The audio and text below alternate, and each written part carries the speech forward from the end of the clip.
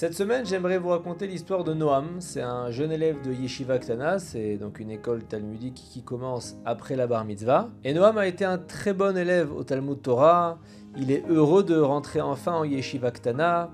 Et quelques jours seulement après la rentrée, il rencontre des difficultés assez mineures dans son nouvel établissement.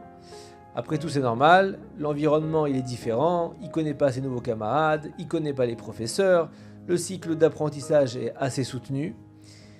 Il en parle au bout de quelques semaines à ses parents, ils sont pas très inquiets, ils mettent ces difficultés-là sur le compte des nouveautés de la rentrée, c'est un chamboulement. Les difficultés sont pas grandes, il n'y a pas de quoi s'inquiéter, mais léat, progressivement, semaine après semaine, les problèmes que rencontre Noam grandissent. Un jour, il se rend compte qu'il va à la yeshiva par automatisme, juste pour pas décevoir ses parents.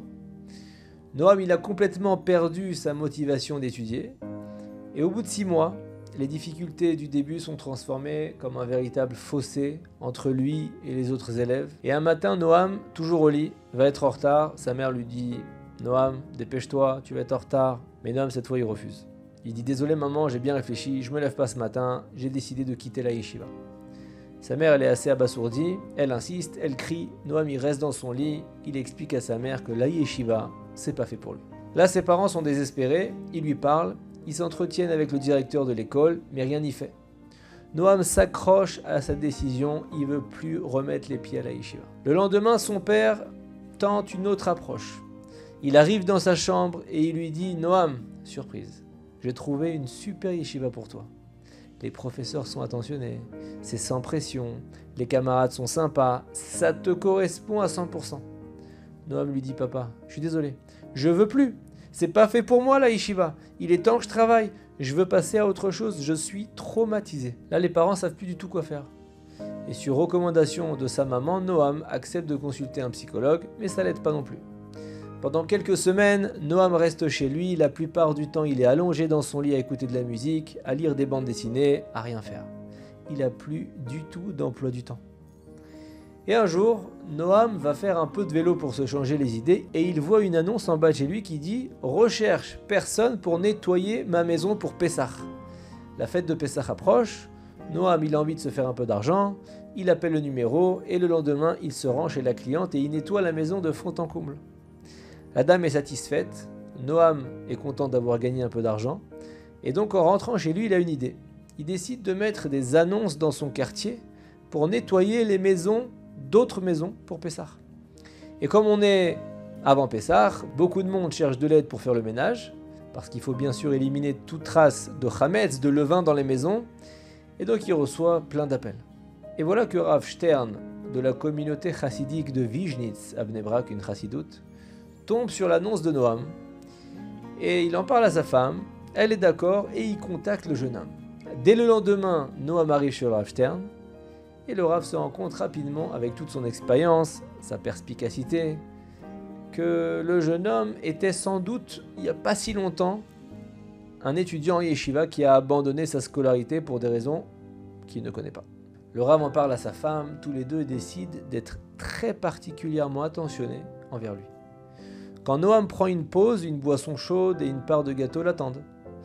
Le Rav et son épouse lui disent « Il faut bien nourrir un jeune homme de yeshiva !» Le Rav dit à sa femme devant Noam « Mais quel mérite on a que ce soit un jeune homme de yeshiva qui nous aide à nettoyer la maison pour Pessah. » Le jeune homme revient faire le ménage la semaine d'après et là il se rend compte qu'il est encore plus honoré chez le Rav que dans toutes les autres maisons où il a travaillé. Tout le long de son travail, le Rav honore Noam de son statut de jeune homme de yeshiva. Par exemple, il lui dit de ne pas déplacer une armoire tout seul. Que c'est pas digne d'un jeune homme de yeshiva de porter seul une armoire aussi lourde.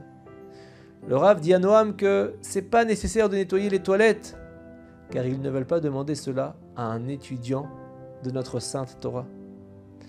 Et le Rav accorde beaucoup de pauses à Noam, en lui demandant de dire quelques enseignements de Torah, en le félicitant de ses connaissances. Et à la fin de sa dernière journée de travail dans la maison des Stern, la rabbinite, la femme, complimente Noam sur son travail et lui dit « Un jeune homme qui donne tellement de soi pour nettoyer une maison de quelqu'un d'autre, c'est le signe d'une grande neshama, une grande âme. et je suis sûr que vous êtes l'un des futurs grands maîtres d'Israël. » Quand le jeune Noam rentre chez lui, ses yeux brillent de bonheur. Il cherche de plus en plus à ressembler au couple qui s'est si bien occupé de lui. Il dit à sa mère avec fierté: « Maman, la rabbinite Stern croit que je suis le meilleur élève de la yeshiva. » Et du jour au lendemain, écoutez-moi bien, son emploi à Noam change complètement. Il retourne à la synagogue, il étudie à la maison très sérieusement et pendant de longues heures. Juste après Pessah, il annonce à ses parents: « Papa, maman, je retourne à la yeshiva. » Ses parents sont stupéfaits. Ils ont bien vu que leur fils avait changé de comportement pendant les dernières semaines, mais ils ne pensaient pas à un tel retournement de situation malgré leurs prières. Quand Noam retourne à la yeshiva, le directeur lui fait passer un entretien, parce que pour lui, c'est pas du tout évident d'accepter de nouveau un élève qui a claqué la porte en pleine année, on ne sait pas ce qu'il a fait entre-temps. Le directeur l'interroge sur ses connaissances, ses motivations. Et le directeur, il faut dire qu'il a du mal à y croire. Noam a complètement changé. Il est ultra motivé, ses connaissances lui permettent de réintégrer la classe. Et à la fin de l'année, Noam est effectivement le meilleur élève de sa yeshiva. Cette histoire me rappelle la citation du Rav Shlomo Wolbe, qui nous a quittés il y a, on va dire, 20 ans à peu près. Il était reconnu, connu pour ses talents d'éducateur hors pair. Et l'une de ses célèbres leçons d'éducation qu'on passe régulièrement en images sur Torah Box, c'est la suivante. Il y a 2 choses que les parents doivent donner à leurs enfants: de l'amour et du temps. Combien de temps? Autant qu'ils en ont besoin. Cette histoire, elle a un message intemporel. La principale raison pour laquelle des jeunes s'écroulent et que leur éducateur, leur professeur et parfois même leurs parents ne leur accordent pas, c'est l'attention nécessaire. Un peu d'attention, des compliments, du temps, de l'amour, ça peut changer la vie d'un enfant et toutes les générations qui vont le suivre. Shabbat Shalom.